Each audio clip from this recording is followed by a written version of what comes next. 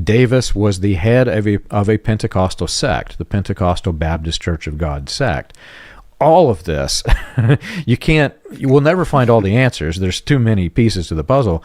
But when you put the puzzle pieces that we have together, all of this looks pretty bad. Yeah, I would agree. You wonder how all these different people can kind of come together with the same type of goal.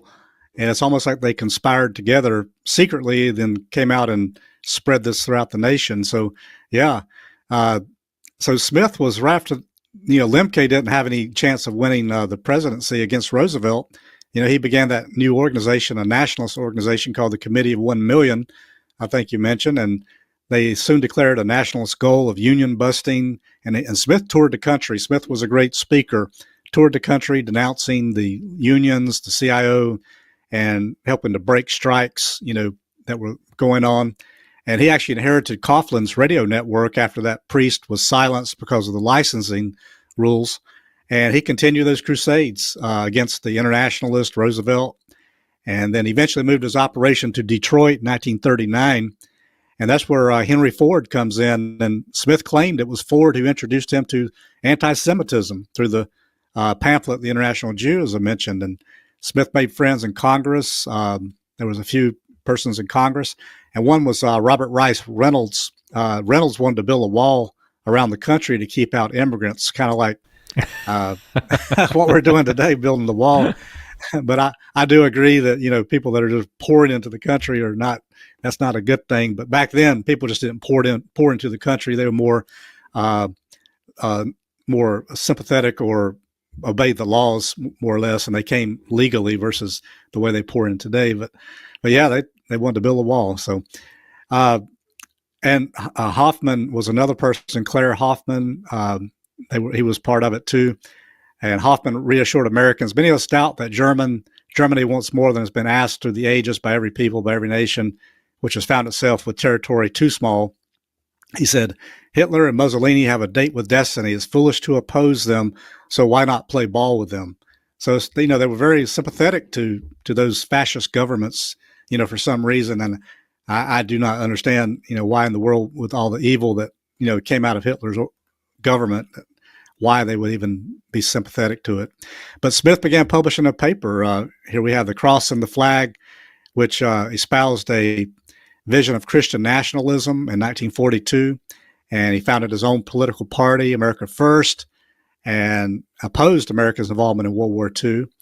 And he would rebrand his party as the Christian Nationalist Crusade in 1947.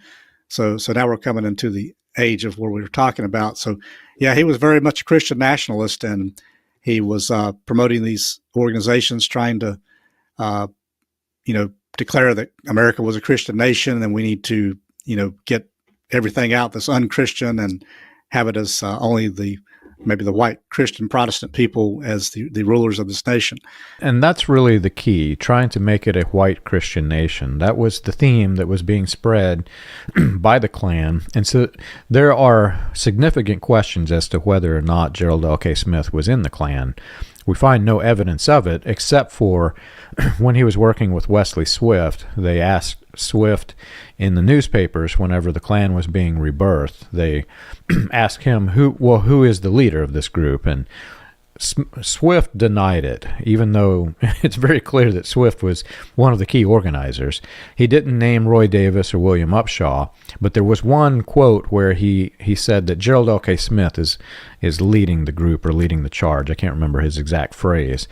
He didn't come out and say that, Gerald L.K. Smith was the Grand Dragon or the supreme the supreme wizard of the Klan, but he did name him as a person who was instigating the movement.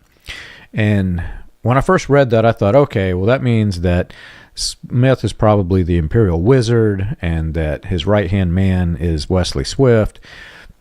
But when I started putting all of the pieces of the timeline together, when you got Roy Davis out there, William Upshaw out there, right as the Klan is being rebirthed, you've got Wesley Swift, who is the head of he was one of the presidents, I think it was, of the Anglo-Saxon Federation. And he brought the Anglo-Saxon Federation down into Los Angeles right before this was birthed. So, there's all of these different pieces of the puzzle that are moving together. It's really hard to say, but I'm starting to form the opinion that likely it wasn't one single central figure, and that's why Swift didn't directly answer. There were probably multiple figures that were either competing for leadership, or maybe they wanted it to be, a joint collaboration of leaders where it would be slightly different than the original Klan before. And if the government were to attack it, well, who do you attack? Which leader is the leader of the group? And that's literally what happened here, because as Swift is naming who's the leader, he can't answer. There's really no answer. And so I think it was probably a strategy, and that's why we'll never know if Davis was directly involved or indirectly involved in creating it.